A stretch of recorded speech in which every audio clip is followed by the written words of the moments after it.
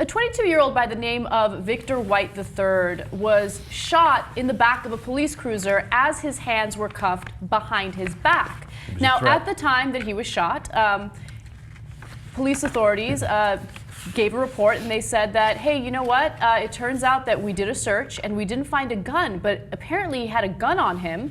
And then he shot himself in the back as he was handcuffed with his hands behind his back in the police cruiser. The cops claimed that he shot himself in the back. So let me give you the exact details. White was arrested by state police in March of this year on narcotics charges and, according to authorities, was handcuffed with his hands behind his back in the back seat of a police cruiser when he refused to exit the vehicle for processing. So he refused to exit the vehicle, and that was when he allegedly shot himself. Well, the reason why I'm bringing up this story, which obviously happened back in March, is because an autopsy report has been released, and the autopsy report indicates that, hey, would you look at that? The cops lied.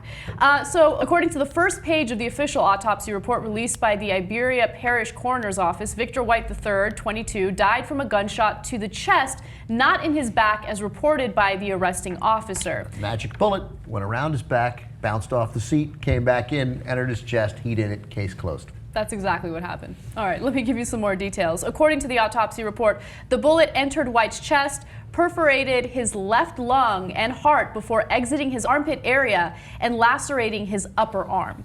So that's what happened. At this very moment, it is still listed as a suicide, despite the autopsy. However, there is an ongoing investigation into what actually happened. Now, for those of you who think, and I'm sure none of you are naive enough to think that this is the first time this has happened, we also reported a story about an individual by the name of Travis Carter, who was also shot while he was handcuffed in the back of a police cruiser. So this is apparently something the cops think that they can do and get away with by claiming that somehow these individuals managed to get a gun past a search, a pat down, and then while they're handcuffed, they somehow managed to grab that gun and shoot themselves. By the way, Travis Carter, shot in the head. You're leaving off a piece of it, which is after they shot and killed themselves, they were able to throw the gun out the window. Right. Because there's no report of any gun being found in the vehicle, right? Well, in this case, authorities said that they missed the gun when they did the pat down, but then later on, conveniently, they found the gun in the backseat of the vehicle. Okay? After it came out of the officer's pocket. Yes. I mean, I think that, look, at this point, it's speculation, but I think that it's fair speculation to say that it was a setup and the cops shot him, especially because if he's handcuffed with his hands behind his back, it is nearly, no, it's impossible. No, it's impossible. It's impossible for him to shoot himself in the chest. Yeah, I mean, there needed to be, like, it's like hitting a 15-team parlay. Like, it didn't happen. He couldn't have shot himself in the chest. First of all, they have to miss the gun. He has to be able to get to the gun while handcuffed, pull the trigger, shoot himself, and shoot himself. And decide, and he has to be in the frame of mind where he says, instead of going to the police station to be booked, I would rather just die right here. I would rather shoot my way out of this situation in the back of the car while handcuffed. So he made that call. So the only thing that the officers have going for them in this case is that I find it almost hard to believe that they're that dumb. Why do you find that hard to believe?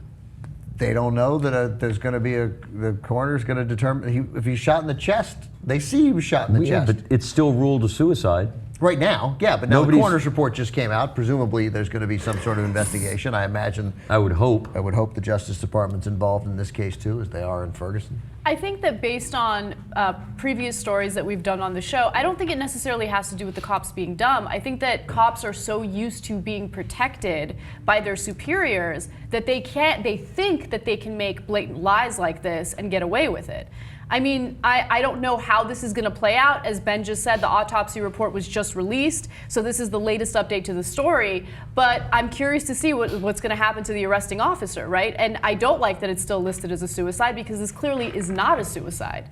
It's scary to know that this stuff happens, and every once in a while people will ask us, like, why do you guys keep covering these police brutality stories? We're not the ones that are going out there forcing local authorities, or state authorities in this case, to carry out these acts of violence and carry out excessive force.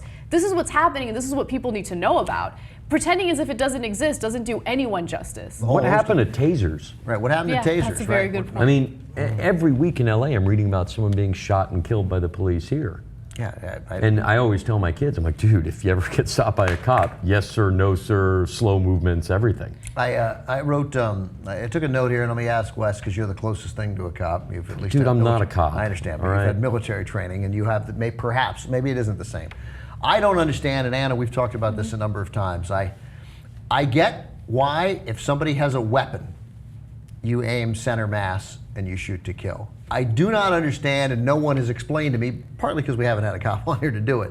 Like, if somebody doesn't have a gun and you feel threatened, I don't see why you can't shoot somebody in the leg. I don't, and I don't think there's going to be a good reason for it. Like, oh shit, this kid, hey, this is a 6'4" kid, and he's coming at me, and I'm scared.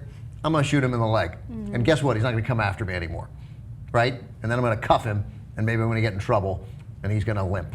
Right, and that's terrible, and that might have been a story. I think there's probably a lot of reasons for it. Okay, well, I'm not saying they're yeah. valid reasons. I'm just saying Yeah. in their thinking. Their theory is it's always been if you're gonna shoot, you shoot to kill. Yeah. Otherwise, you don't shoot at all. That is my guess. That's Right. But that's he- the number one cause of it. But he didn't have a gun, so there's Yeah. no threat. There's a threat that you can neutralize short of lethal. Actually, of lethal there's force. the threat. I think from the cops' point of view is that when cops are killed, a lot of times they're killed with their own weapon.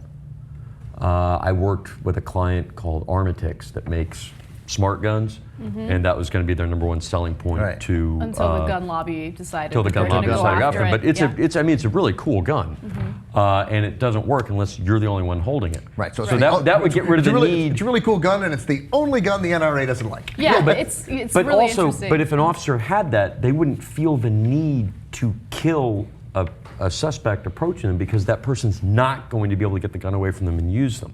Right. Right. It's the that same kind way I of gun worked makes with sense a for 100 reasons. body armor company a couple years ago that they designed body armor that goes underneath the clothes because they found every study shown that if you're dressed up like you're going to war, that's exactly the attitude you're going to produce in the people that you're trying to corral.